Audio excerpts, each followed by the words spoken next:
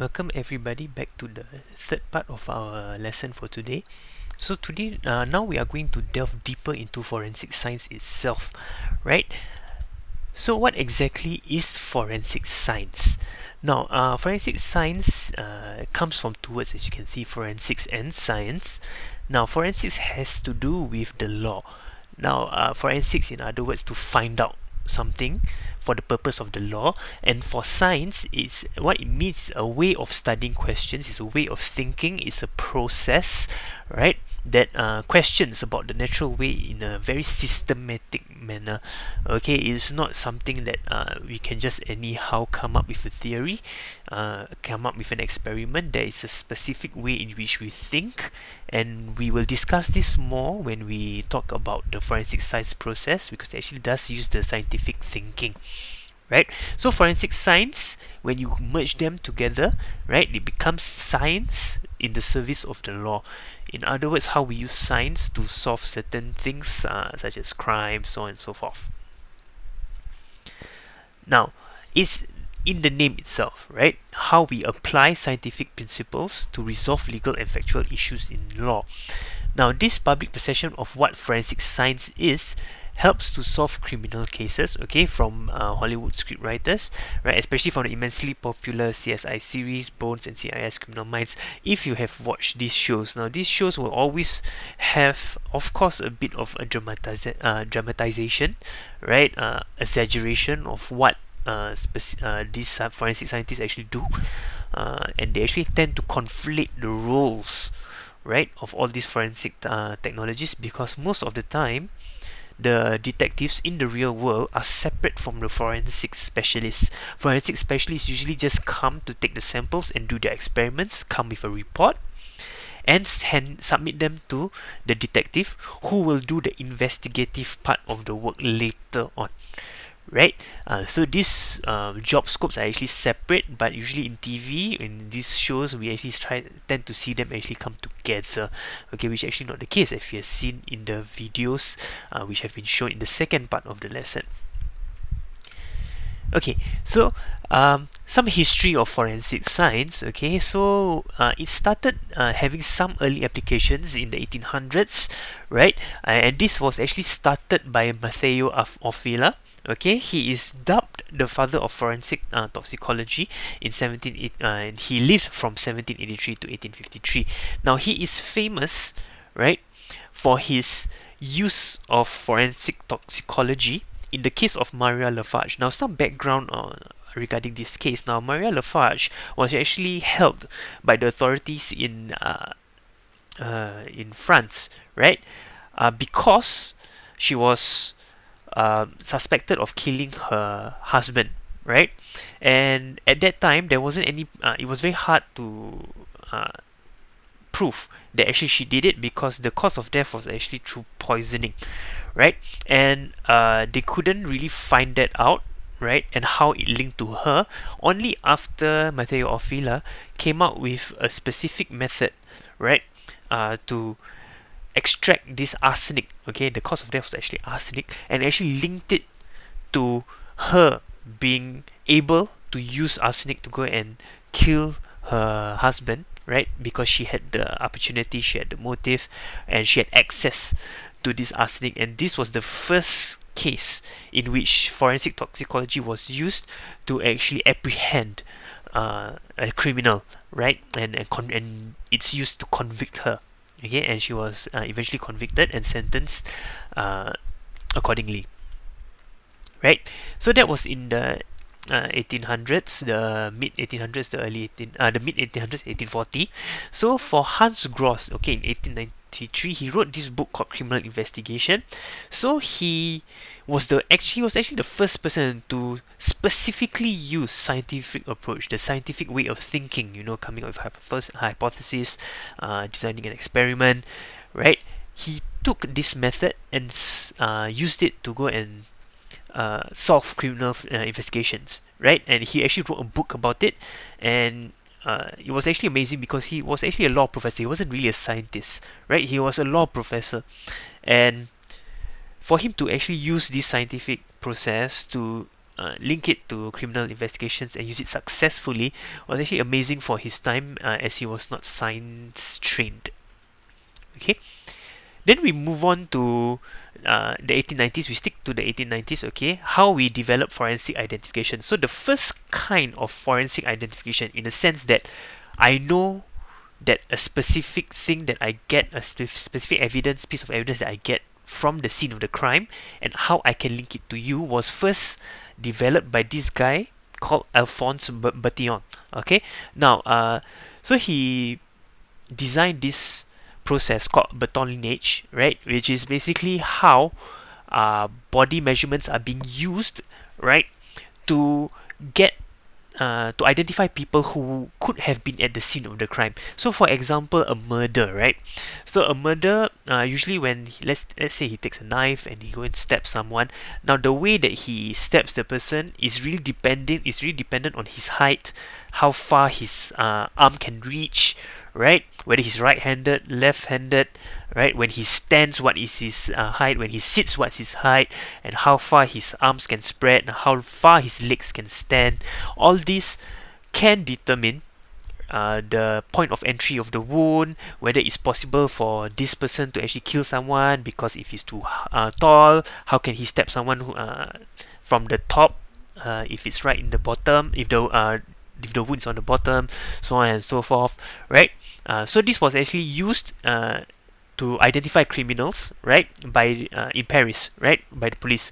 However, this did not last long, because, as you know, we are humans, right? Whoever does the measurements, we are humans, so we actually make mistakes, right? So they also found out that the detectives at that time, they actually made mistakes in the measurements, right? And we know that if there are mistakes in the measurements, that means that you might actually identify the wrong criminal, right? So, for example, they measured the arm wrongly. So if the person actually stepped and his reach was around 20 cm, and they actually did he was actually 18 cm, but they measured him as 20 cm, so they might actually wrongfully convict a person, right, who's actually innocent. So this was found to be unreliable because of the fact that it leaves certain parts of the investigation to measurement error, which we shouldn't, because we have to make these investigations as accurate as possible, right? So in 1901, okay, that is where they finally found out, hey, why not we use fingerprints? Fingerprints were actually found out way before, okay, actually in the early 1800s, right, that fingerprints are actually unique to every individual, right? This was actually found out in the early 1800s. But why did they only use it in 1901? Okay, because there are many factors, such as science at that time was still developing, right? Database of the fingerprints were still being developed, right? Where you keep all the information of all the fingerprints of everyone who is being born was still being developed. So only in 1901, right, did police in Paris, in Europe, in the UK started to adopt the fingerprints as a method of identifying criminals. Okay, and this was, as you all know, because fingerprints are all unique to every single individual, even amongst twins. It is the most accurate identification system that we have come up in terms of criminal investigation. Okay, so that is a brief history. So now we move on to present day, right? The Health Sciences Authority has this laboratory called Forensic Medicine, which is split into different departments. So there are around 5 laboratories, right? The first being the DNA profiling laboratory. Now this lab is responsible, right, to examine biological evidence for criminal investigation, and basically any DNA that has been left behind.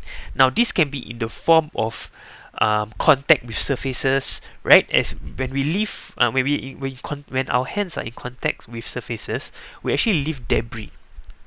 Where does this debris come from? This debris actually comes from our skin. We actually leave imprints of our skin, like certain cells from our skin gets rubbed off on the surface, and that can be used as a DNA sample, as a sample for us to gather DNA about the person who actually shed that skin.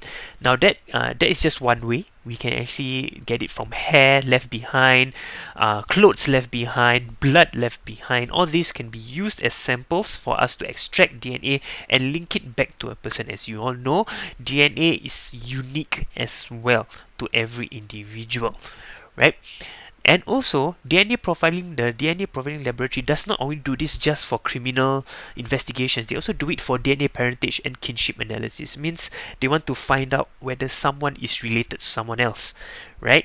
So, for example, a paternity test. Someone disputes that this person, hey, this person is my son. I don't think this person is my son, right? So they actually can do a DNA analysis, right, and can detect whether this person is the parent of someone, or someone and so forth, right? We will go through this more in detail when we go through the physics, chemistry, and biology parts of the lesson. Of the lessons, as we move on through the term. Okay, the DNA database laboratory just takes all the results and compiles them into a national database, because there's no point we keep on doing tests and the results, right, linking the DNA of someone to a specific individual is not kept. Because if it's not kept, then access to this information becomes difficult. Okay, and it becomes time consuming. So this laboratory actually gathers all this information, right, that has been conducted during criminal investigations, and place them in and organizes them well, such that if another case were to pop up and another individual which was related to another case, earlier case, which has been which his DNA has already been profiled, right, now the information can be easily attainable, right? So this DNA database laboratory does that, right? Now, for the forensic chemistry and physics laboratory, it does many things, right? As you can tell from chemistry and physics, right? It does trace evidence and unknown analysis. Basically, it finds substances, right? And if the substance is unknown, we do not know what it is, we want to identify what it is. This lab actually can take it, right? Examine its chemical structure in specific ways, right? And find out what exactly that substance is. Alright. Now, for blood stain patterns, okay, this actually has to do with physics, right? The force of the entry of the wound will determine how the blood is splattered when it leaves the body from the wound, right? And we will actually talk more about this when we talk about the physics part of the lesson. Now, fire and explosion, yes, of course, because fire and explosions have a root cause, so they can I've actually had experience in this when I was doing civil defense work, right? I was actually a fire investigator as well, right? So we had to find out the cause of specific fires or explosions, and all specific causes of fires and explosions have a very distinct or unique burn pattern. So for example, um, if a fire that is being caused by kerosene, which is an accelerant, right, has a unique burn pattern compared to if oil was burnt, or if an electrical fire was the cause, right? If there was a short circuit electric fire, the burn patterns are going to be very different. So this is actually how they analyze it. Marks and prints, this actually has to do with the boots, right? Shoe prints, hand prints, clothes prints, right? All these are very unique. So for example, shoes all have very different soles, right? And their soles have very different patterns. So if these patterns are unique, we can actually trace who was there at that time depending on the shoe that he wore, right? And you might be thinking, but Mr. Hakim, maybe someone actually uses, so many people use that same brand. So how can you tell that person? Well, actually will help at least narrow it down, right? Because let's say there are some people using Nike, Adidas, blah, blah, blah, blah, right? But we found out that this shoe print is actually someone who wears Nike Air Jordans, for example, right? Then the sole pattern is going to be unique, right? So only people who have Nike Air Jordans are going to have them. So that's how we narrow down, okay, the suspects that were at the scene of the crime, right? And of course, question documents. This actually has to do with things like signatures, right? So whether forgeries are being made, right? Photoshop, doctoring of official documents. All this can be detected via forensic handwriting, right? How they actually can tell whether somebody's handwriting is that from that person itself. It could be a forgery, so we will not know. Okay. So for the fourth lab, it's called the illicit drugs laboratory. So it deals with illegal drugs, right? So not only will they deal with illegal drugs, they can tell what exactly is the ingredient. So it could be cocaine, ice, right, ketamine. So there could be many kinds of drugs. So they want to find out exactly what it is, the identity, right, and also exactly how much of it is in that sample of unknown drug, okay, that the police has managed to confiscate. And finally, analytical toxicology laboratory. Okay, so there's both clinical and forensic toxicology here. Here, they examine the live or dead samples for presence of chemicals and analyzes probable causes of death from the chemicals found. Okay, so in other words, they can take samples, like say the liver from a dead person, and they will actually do some experiments to detect specific chemicals that are found there, where they can tell whether this person died, sorry, from poisoning or what. Excuse me. Yeah. Now, so the role of forensic science, right, is to aid in investigation, aid in establishing element of an offense, aids the trial of fact in reaching a just decision, and aiding in evaluating the credibility of testimony. Now, this is not very important. It just tells you what the role of forensic science in um, a specific legal case, right? It need not be a criminal case. It can be a legal case, right? So I think in its investigation and its in establishing element of an offense, right? In other words, what is the cause of the offense, right? So for example, this person was caught with an unknown sample, and police suspect it's a drug. So that is how we establish whether it is a drug or whether it's just powder, for example. Now, on this part, maybe it might be a bit confusing, aiding the trial of fact in reaching a just decision. Now, the trial of fact here actually refers to the judge, right? It refers to the judge. Now, the judge is the person who decides whether a person is guilty or not, right? Whether this person deserves a specific sentence or not. So, when he said aiding the trial of fact in reaching a just decision, uh, forensic science will provide the evidence for the judge to finally make a call whether this person, based on the evidence that we have gotten, is guilty or not, right? And aiding in validating the credibility of testimony. So this is just basically finding out with the evidence, hard evidence, scientific evidence, whether this person who told a specific story, whether he is telling the truth or not, right? Now, the breadth of forensic science, as I've said, is used both in criminal and civil cases. So anything legal, right? So it might not be just criminal. So far, we've been talking about criminal, but it also is done for civil cases, such as paternity tests, right? Disputes of paternity, right? And also identifying newborns, right? So for example, there was this case, right? I think it was this 2012 or 2014. I cannot really remember, right? There was a DNA test that was used to identify a mix-up of newborns, because this actually can happen, right? Because when a lot of babies are born, to be very honest, most of them actually look the same, right? You're not going to be born straight away looking like how you look right now, right? So there actually can be a mix-up, right, in terms of administration. So this baby can actually be given to a different set of parents compared to the rightful parents. So a DNA test can be conducted to actually prove that this child actually belongs to this pair of parents instead of the one that was mistakenly being given, right?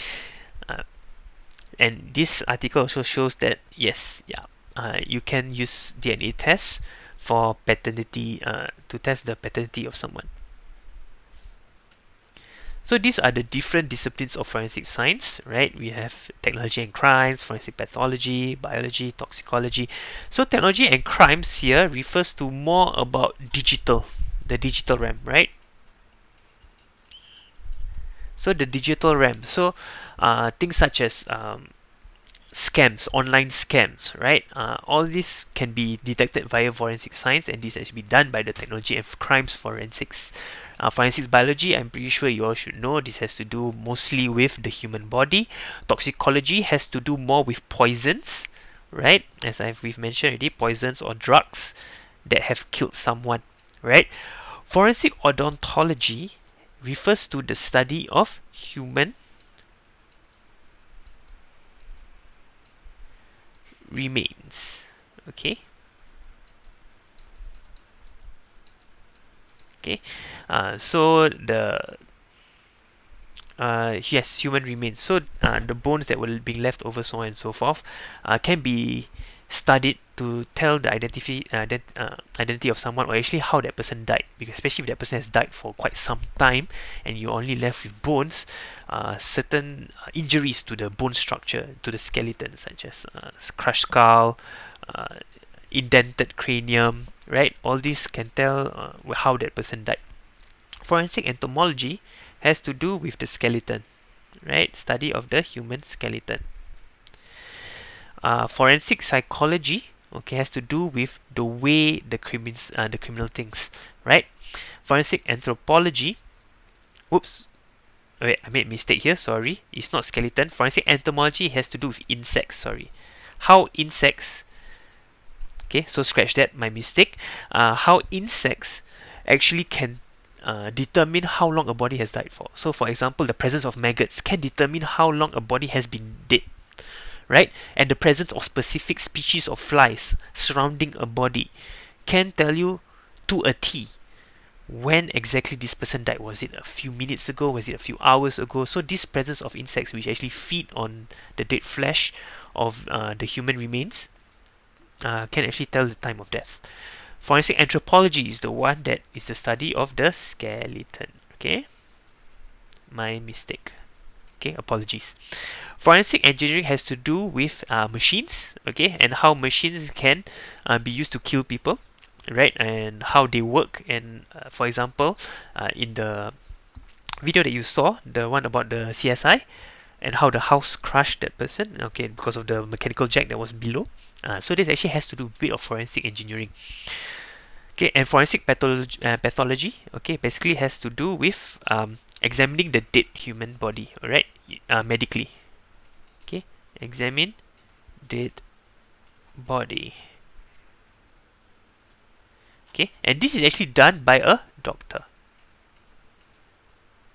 Okay, apologies for my handwriting, I'm using a mouse. Okay, yeah. So the scientific method. Okay, so this is where science, the true science, comes in, right? You have careful observation, right? What have you actually seen? Okay, so we don't have any in the scientific method. We do not think about. We do not have our own preconceived knowledge. Okay, we take that out. We just see and observe, and what we see, from what we see, we use it as evidence and come up with a hypothesis. In other words, hypothesis means a very good guess, right? A very good guess, right? To explain the observation, right? So if I see, for example, why is the cloud like moving in that way, right? So I must come up with a specific, or maybe it's the wind direction, but we do not know, right? Because we haven't tested it out. So the next part, now that I have a good guess, or what I think it is, right, from what I've seen, I have to carry out a specific experiment that is going to test this hypothesis, this guess that I have, right? Because if I just observe and I say that is and I think that that's the explanation, it is still not a very strong argument because I do not have evidence for it. So these experiments are supposed to test and give evidence for my original hypothesis. So after that I have to evaluate my results, right? Evaluate my results, and if they prove that my guess is correct, then that's good. Okay. However, if they prove that my guess is actually wrong, then I have to revise and change my guess. I have to change it if it's wrong, right? Change if wrong, right? I have to change my guess now depending on the results. And once I change my guess, right? Once I change my guess, I have to restart the entire process again, right? From 1, 2, and 3, develop new tests and retest whether my changed guess, my changed hypothesis is now correct. If it's correct, then we can eventually develop what we call a functioning theory. So for things such as the Big Bang theory, the string theory, which you might have heard, right, in in physics, right? So all these theories actually have been many rounds, have gone through many rounds of hypothesis, changes in guessing, changes in hypothesis. So now basically a theory is basically a stronger.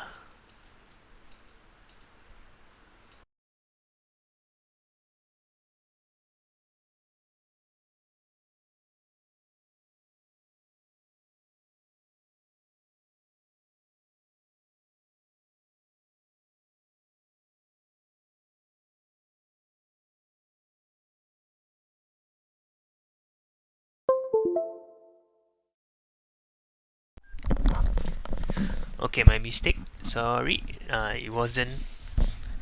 Sorry, my headset was not working. Right now, so yeah, where was that? Yes. So theory is basically a stronger, more reliable. Okay, more reliable hypothesis. So we can actually use this as scientific fact for now, right? Because it is more reliable, it has gone through many rounds, and it has this thing called evidence, right? Evidence from tests, right? So with evidence and tests, we will actually make this hypothesis stronger and eventually become a theory. Good. So we have actually finished through this last part of the lesson for today. So you have two assignments that you have to complete. So you have to log on to Padlet and fill in the columns, right? And just put in your reflections, right? And you can scan the QR code. The next one will be just to give you a specific, just to test you on what you have learned from this quiz. All you have to do is complete the quiz as homework, right? And just enter this link here and use this code. Okay, the deadline for the assignments is going to be today, right, on the 12th of July at 11:59 p.m. I will not accept any work that has been done. This quiz will actually close, okay, by 11:45. So please make sure you do this quiz before then. Now, please take note that the completion of the Padlets and the quiz will count as your attendance, right? This is how I'm going to tell that you have attended this lesson and you have gone through the lesson, right? If you have not completed any of the Padlets or the quiz, even if you have completed two Padlets and one the quiz you did not do, I will still count as you did not attend the full lesson, right? And disciplinary action will be taken against you. So please ensure that you complete your assignments by tonight, okay? And do not leave it up too late, okay? Now, thank you for joining the lesson. I'm sorry that this has to be a recorded lesson. As I've mentioned, I'm having reservists right now and I cannot be there with you to have a live Zoom lesson, right? Thank you for your patience and thank you for listening in. Have fun learning for the rest, learning about forensic science for the rest of the time that I'm going to see you. Okay, so please look out for the next lesson, right, which will be via Zoom, and the teachers will inform you via Google Classroom. Okay, looking forward to see all of you. Have fun and see you guys. Bye bye.